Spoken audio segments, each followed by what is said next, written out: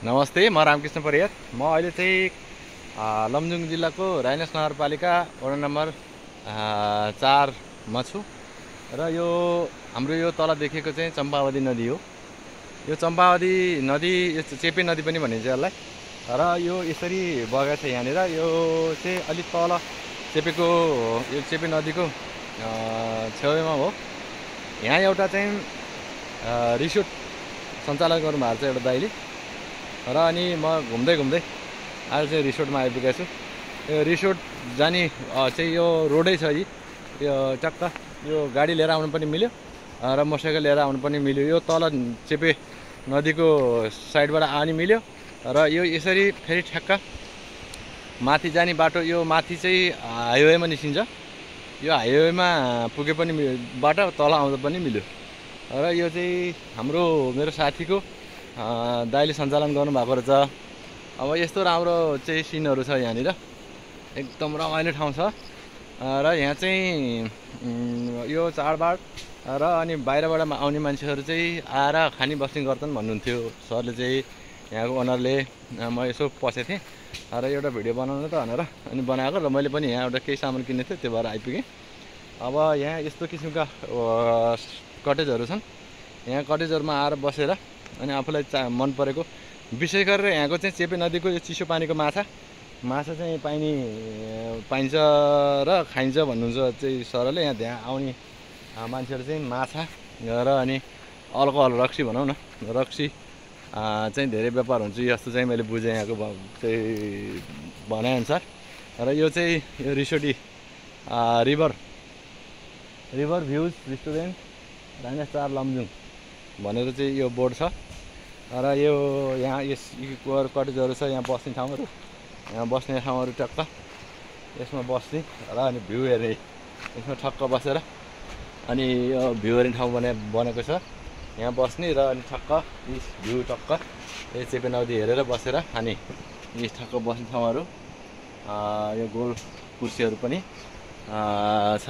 र यहाँ आनन्द लिने यो चाहिँ राइनस नगरपालिका वडा नम्बर 4 को यो चेपे नदीको छेउमा रहेको रिसोर्ट हो। यो चाहिँ खानासाना बनाउनु त्यहाँ, अनि त्यहाँ खानाहरू चाहिँ यसमा बसेर टक्क यसमा बसेर खाना मिल्यो। यहाँ चाहिँ 100 जनासम्मको कार्यक्रम गर्न मिल्छ भनेर चाहिँ यहाँको ओनरले भन्नुभयो। मैले केही बोलाउन त यहाँको बारेमा भनेको, मलाई खासै नबोलाउँ होला, तपाईँ नै बनाउनु भन्नुभयो। र अनि म बनाउँछु नि त एउटा तपाईँको बारेमा भनेर। उहाँ चाहिँ मेरो साथीको दाइ, घर चाहिँ पहिला अलि हाइटमा 8 सरा भन्ने ठाउँमा रहेछ। र यहाँ आएर बनाउनु भएको छ। म पनि पहिलो दिन आऊ यस्तो राम्रो चाहिँ भ्यू हेरेर अनि खाना खाने, माछा खाने, अनि बियर खाने, रक्सी खाने भात पनि पाइन्छ अरे भन्ने सुनेको छु। भात खान पनि पाइयो, माछा खानु पाइयो, मासु खानु पाइयो, कुखुरा खानु पाइयो। यो रेस्टुरेन्टमा हुने प्रायः चिजहरू चाहिँ खाना पाइने खालको ठाउँ रहेछ। उहाँ चाहिँ दुबई बस्नुभयो अरे 4 वर्ष दुबई बसेर अनि आएर उहाँ सिकेर उहाँ पनि त्यस्तै रेस्टुरेन्टमा काम गर्नुहुन्थ्यो अरे। र अनि यहाँ आएर मैले पनि सञ्चालन गरेको हो भन्दै हुनुहुन्थ्यो। र यो चाहिँ यहाँ खानाका प्रकारहरू चाहिँ यस्तो किसिमका प्रकारहरूको चाहिँ यहाँ यी चिजहरू छन्। यी चाहिँ भाले लगायत हरेक चिजहरू चाहिँ यहाँ बन्छ भन्नुभयो। अब यसरी यहाँ अब टोइलेट भयो अनि यहाँ सिनहरू छ।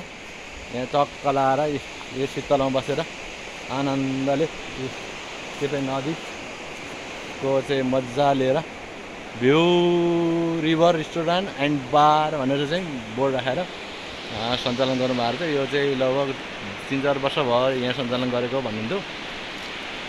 र अनि एउटा मैले जानकारी गराउनलाई, तपाईँहरू पनि लमजुङ राइनस नगरपालिकाको यो अलकटार भन्छन्, अलकटार आउने काम भयो भने एकचोटि पसिदिनु होला।